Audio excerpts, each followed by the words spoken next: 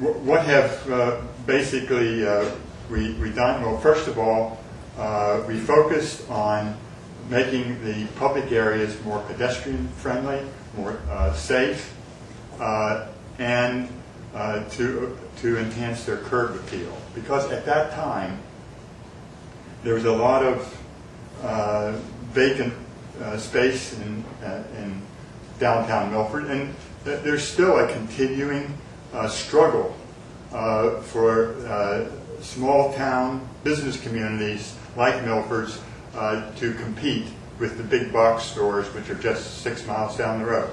And so there's a very major changing in the retail environment, and the only way that Milford can compete is to emphasize its character and its charm and do the kinds of things that the large parking lots and thousands and thousands of square footage can't do.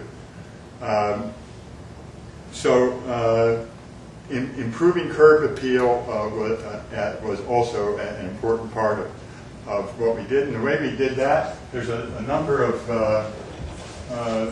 I've got some before and after things here. I'm not going to go through all of them, but it gives you some idea of, this is the way that Tom Quick looked before. This is the way it looked after we finished the project. This is the way the diner corner looked before. This is the way it looked afterwards. This is the way the area on Broad Street looked before, and here's the way it looked afterwards. And on and on. We've had 6 different phases over the last 11 years. And these phases have included installation of bluestone sidewalks, granite curbs, period pedestrian lighting, restoring street tree lines, installing benches, landscaping, and in certain cases, mini parks. This is all, of course, costs a lot of money. And we have raised well over $3 million. About over $1 million of that is from private sources, property owners, and contributions, sponsorships of lights and benches and so on. And the balance of over $2 million has been from grant programs, primarily the T21 program, the Urban Forestry Program, the Bridge Commission has been very helpful, and about 6 years ago we did get $125,000 community revitalization grant from DCED, which was very helpful.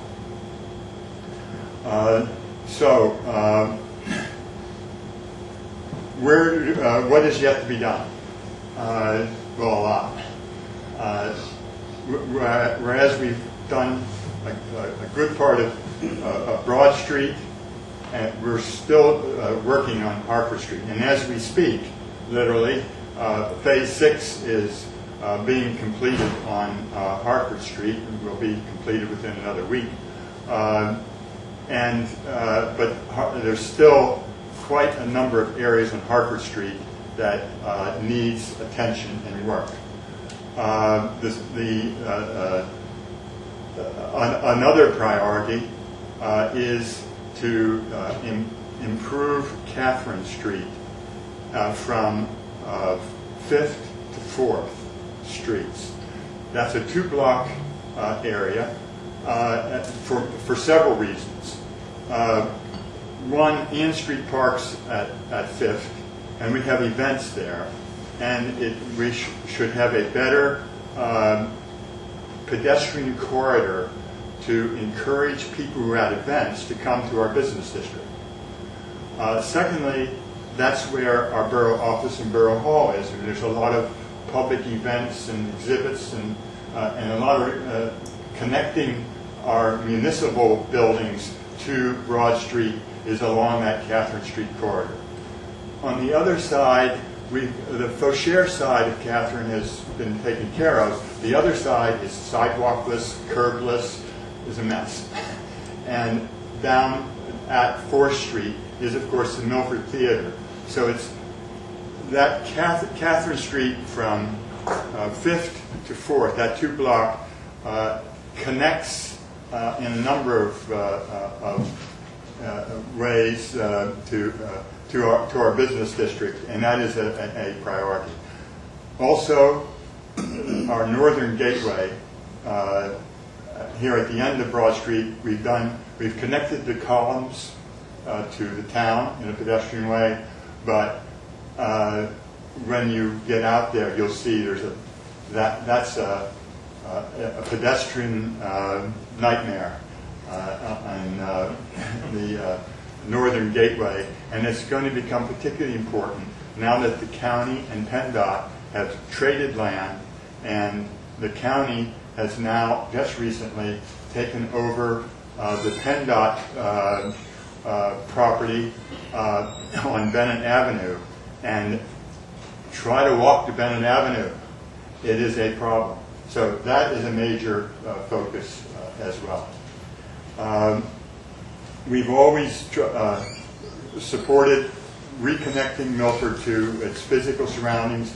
That's an area where we have yet a lot to do, but we'll be talking more about that from other presenters later.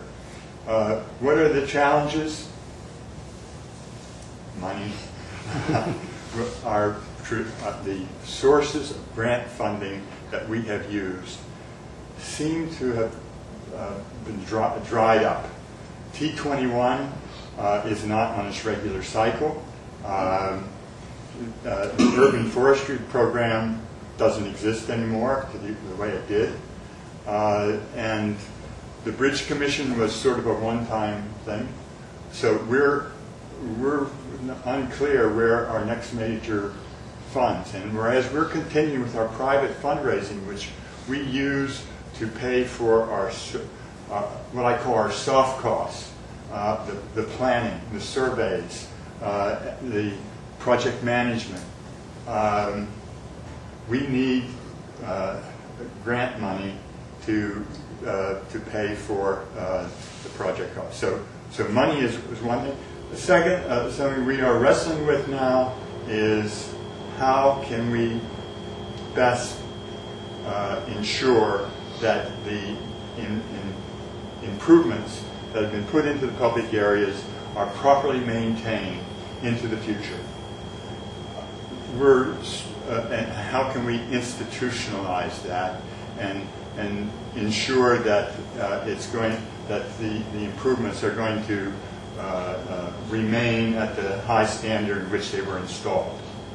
And third, the Enhancement Committee has sort of acted over the years as a forum for the community to come together, and we sponsored once a year a workshop, and which is now we've had, I guess, 10 years of them, where we have little show and tells from each of the organizations in the community, so that each one sort of knows what the other one's doing, and we try to get on the same page and generally have a focus of maybe a thing of particular interest.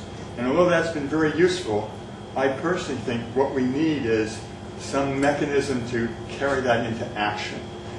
Because at the end of the meeting, there's been a lot of communication, which is helpful and useful, but there's no way to carry it forward. So those are where we've been and where we'd like to yet go.